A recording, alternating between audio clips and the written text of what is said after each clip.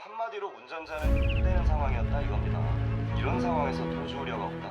담당 경찰은 대체 눈을 어디다 두고 다니는 겁니까? 증거가 다 수집됐다고? 신체에서 마약 성분 나왔으면 그걸로 끝입니까? 전직 검사 현직 변호사 김규현입니다. 8월 11일 압구정 롤스로이스 운전자가 석방된 지 8일 만에 구속이 됐습니다. 많이 늦었지만 일단 다행입니다. 일단은 앞으로 어떻게 될지 살펴보겠습니다. 자, 경찰의 구속 수사 기간은 최대 10일입니다.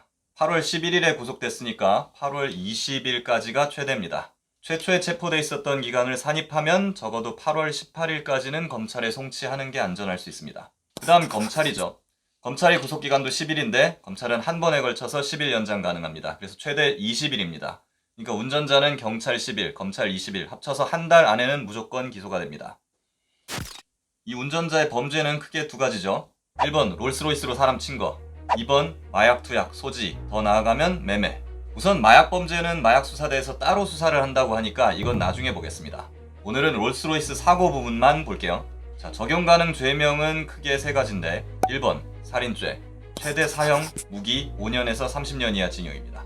2번 특가법, 도주치사상, 뺑소니라 그러죠? 이거는 사람이 죽으면 무기징역 또는 5년에서 30년 징역, 다치면 1년에서 30년까지의 징역입니다. 그 다음 3번 특가법, 위험운전 치사상, 사망한 경우에 무기징역 또는 3년에서 30년 이하 징역, 다친 경우에는 1년에서 15년 이하의 징역입니다. 자, 살인죄. 피해자가 현재 뇌사 상태라는 보도가 있었습니다. 근데 우리 형사법상 뇌사는 아직 사망으로 인정을 하지 않고 있습니다. 그래서 특별한 사정이 없는 한 살인죄, 도주치사죄, 위험운전 치사죄는 어려울 수가 있어 보입니다. 다만 살인 미수죄는 될 수가 있습니다. 과실에 의한 교통사고인데 어떻게 살인이 되지? 피해자가 차 밑에 깔려있는 상태에서 주변에서 차 밑에 사람 있어요 라고 말했다 그래요. 이 말을 듣고도 더 가속을 해서 피해자를 더 다치게 한 거라면 살인의 고의가 인정 가능할 수도 있습니다. 근데 이거는 죽이려고 또는 사람이 죽을 수 있다는 걸 알면서도 가속했다라는 걸 입증을 해야 돼요.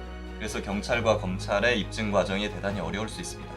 다음은 특가법, 도주치사상죄입니다. 흔히 말하는 뺑소니죠. 사고 후에 운전자가 현장을 벗어나려 했고 주변 행인들한테 잡혔다는 보도가 있었어요. 자, 운전자가 구호 조치 없이 현장을 벗어난 게 사실이면 이 죄 적용 가능합니다. 근데 이 부분은 현장을 과연 얼마나 벗어났냐, 몇 미터 벗어난 거야, 이런 것들을 잘 살펴봐야 될 것 같습니다. 그래서 현장을 진짜로 벗어난 게 맞다면 도주치상죄 적용 가능할 것 같아요. 자, 마지막으로 특가법 위험운전 치사상죄입니다. 술이나 약물에 취한 상태로 운전해서 사람을 죽거나 다치게 한 경우에 성립합니다. 현재 이 죄명이 적용되어 구속된 걸로 알고 있습니다. 그래서 이건 증거가 충분히 수집된 것 같아요. 살인죄, 도주치상죄 이런 게 입증이 어렵다면 이 죄로 처벌될 걸로 보입니다. 도로교통법 약물운전 혐의도 있는데 이건 이따 말씀드릴게요. 자, 제 예상 형량은 살인 미수죄 적용 시에 징역 8년에서 12년, 도주치상죄 적용하면 징역 5년에서 7년, 위험운전 치상죄 적용하면 징역 4년에서 6년 정도. 검사의 감입니다. 차로 사람 친 것만 계산한 거고 마약 관련 범죄가 추가되면 더 나올 수 있습니다. 그리고 이런 일은 없어야겠지만 혹시 피해자가 사망한다면 형량이 한 2배 정도는 가중될 겁니다. 자, 형이 왜 이렇게 낮냐 하시는 분 있을 수 있는데 원래 우리나라가 그래요. 법원 양형 기준만 보면은 도주치상, 위험운전치상 아무리 가중해봤자 5년이에요. 이게 지금 뇌사를 사망으로 인정하지 않기 때문에 그냥 상해로만 보기 때문에 형이 더 낮아지는 경향이 있습니다. 비슷한 사건 볼까요? 윤창호법 기억하십니까? 부산 해운대에서 음주운전으로 휴가 나온 병사를 치어 숨지게 한 사건. 그 사건 사람이 사망했는데 위험운전 치상으로 징역 6년 나왔습니다. 그 후에 해운대에서 또 음주운전으로 1명을 죽게 하고 3명을 다치게 한 사건이 있었어요. 그 사건 징역 8년 나왔습니다. 음주나 약물 교통사고 치사는 실제 살인범죄에 비해서 형이 약합니다. 게다가 뇌사 상태는 사망으로 인정을 하지 않고 있어요. 그렇기 때문에 현실적으로 이 정도가 최대가 아닌가 싶습니다. 그리고 하나 더. 법이 굉장히 잘못되어 있는 부분이 지금 하나 있습니다. 운전자 마약에 취한 상태에서 운전했죠. 그럼 도로교통법상 약물운전 해당합니다. 음주운전과 약물운전. 음주운전은 유명하지만 약물운전은 많이 없죠. 그리고 음주운전은 옛날부터 엄벌하라는 여론이 많았기 때문에 계속 법이 바뀌면서 형이 올라갔습니다. 현재 음주운전 최대 형량은 징역 6년입니다. 근데 약물, 마약운전은 상대적으로 관심이 없어서 옛날 형량이 그대로예요. 최대 징역 3년이에요. 음주운전 절반밖에 안 돼.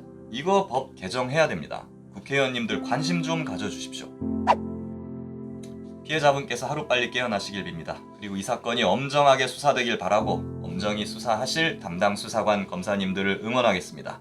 전직 검사 현직 변호사 김규현이었습니다.